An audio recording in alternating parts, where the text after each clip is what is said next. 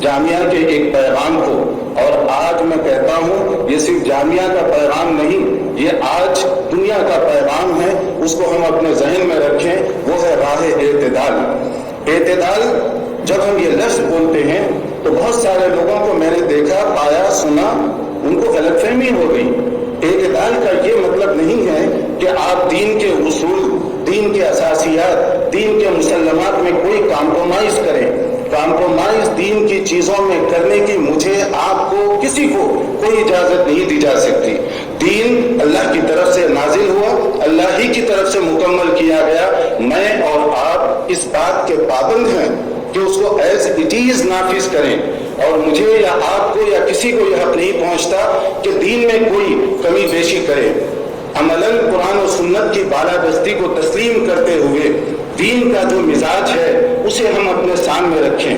اسی کو اعتدال کا راستہ کہا جاتا ہے کہ جس چیز کو جو وزن دیا گیا، ہمیں کوئی حق نہیں پہنچتا کہ اس میں افراط یا تفریط یا غلو کا مظاہرہ کریں، کیونکہ ایکسٹریمزم، غلو، یہ اسلامی تعلیمات کے خلاف ہے۔ ایاکم والغلو فی الدین، رسول اکرم صلی اللہ علیہ وسلم نے نصیحت فرمائی کہ تمہارے اندر یہ غلو، افراط اور تفریط یا اس طرح کی چیزیں یہ نہیں آنا چاہیے، اور یہ غلو ہمارے لیے ہر جگہ نقصان دہ ہے۔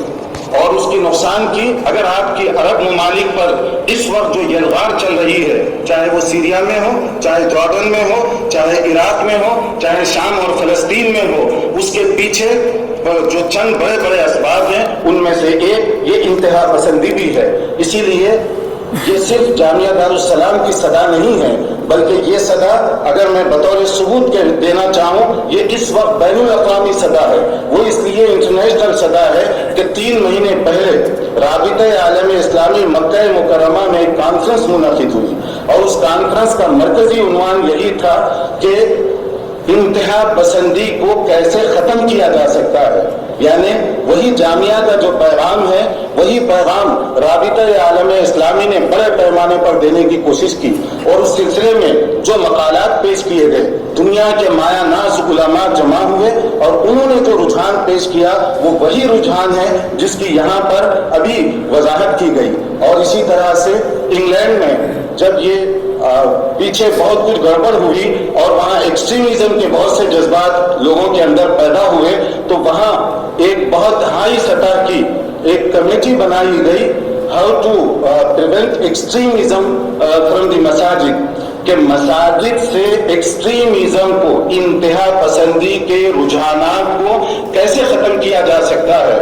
اور یہ بھی ایک حسن اتفاق ہے کہ اس کمیٹی کے لیے جو انتہائی بہت ہی اعلیٰ سطحی کمیٹی ہے وہاں پر، اور یہ پرائم منسٹر کی طرف سے جو خاص طور پر اس کو بنایا گیا، اس میں یہ تحدیث نعمت کے طور پر میں بتاؤں کہ آپ کے اس جامعہ کا ایک فرزند بھی اس کو بطور ممبر کے اس کے لیا گیا کہ برطانیہ اور یورپ کے اندر اگر انتہا پسندی کے رجحانات پائے جاتے ہیں تو ان کو روکنے کی پریکٹیکل طریقے کیا ہو سکتے ہیں۔ اور یہ وہ صدا ہے جو صرف یہاں سے نہیں، اگر آپ حرمین کی تقریریں سن رہے ہوں گے، خطیب حرم کی تقریر چاہے مسجد حرام سے یا مسجد نبوی سے، بار بار اسی میسج کو دہرایا جا رہا ہے۔ اور اگر ہم ابھی بھی اس کو نہیں سمجھیں گے تو دیکھیے حالات جس تیزی کے ساتھ بدلے جا رہے ہیں، لوگ یہ کوشش کر رہے ہیں کہ یہ مسلمانوں کا جو چمنستان ہے، اس میں جو خوبصورت پھول کھلے ہوئے ہیں، ان پھولوں کو نوچ دو۔ یہ لوگوں کی کوشش ہے۔ کیا ہم میں اتنی جرأت ہے، ہم میں اتنا حوصلہ ہے کہ وہ لوگ جو اس چمنستان کے پھولوں کو نوچنا چاہتے ہیں، ان ہاتھوں کو پکڑ لیجیے تاکہ ہمارا چمن اسی طریقے سے سدا بہار چمن رہے۔ وہ لوگ جو ہمیں لڑانا چاہتے ہیں، کم سے کم آپ کو سمجھنا چاہیے کہ ہم لڑ کس سے رہے ہیں۔ کسی نے ایک بڑی عجیب سی بات کہی کہ ایک پروگرام میں، یہ وہاں کی بات ہے، کسی نے شکایت کی کہ آپ کے بارے میں کہا جا رہا ہے کہ شاید آپ کو جو باتیں کرتے ہیں اس کی وجہ سے آپ دائرہ اسلام میں خارج ہو جائیں، تو انہوں نے کہا کہ دائرہ اسلام میں سے تو خارج کرنا بہت آسان ہے، لیکن کبھی جوڑنے کی بھی بات کی، کوئی دائرہ اسلام سے جو خارج ہے ان کو اندر بھی آپ لانے کی کوشش کرتے ہیں۔